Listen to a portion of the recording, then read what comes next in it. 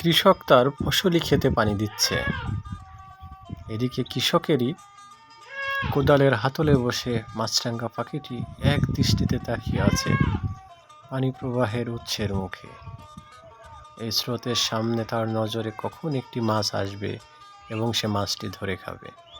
কিন্তু মাছরাঙা পাখিটির হয়তো জানা নেই এ ভূগর্ভস্থ পানিতে সে মাছের দেখা কখনোই পাবে না।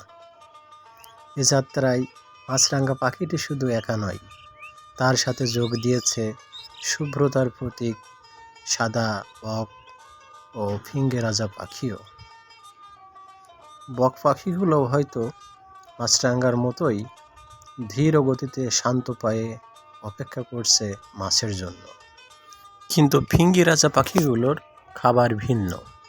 সেচের পানির ফলে মাটি থেকে বের হওয়া পোকামাকড়গুলো সে উড়ে উড়ে খাচ্ছে। দেখুন প্রকৃতির মধ্যে কি সুন্দর সহ অবস্থান। এখানে 3 ধরনের পাখির 3 রকম ভিন্নতা রয়েছে। বককে বলা হয় শুভ্রতা এবং ধীর শান্ত গতির প্রতীক।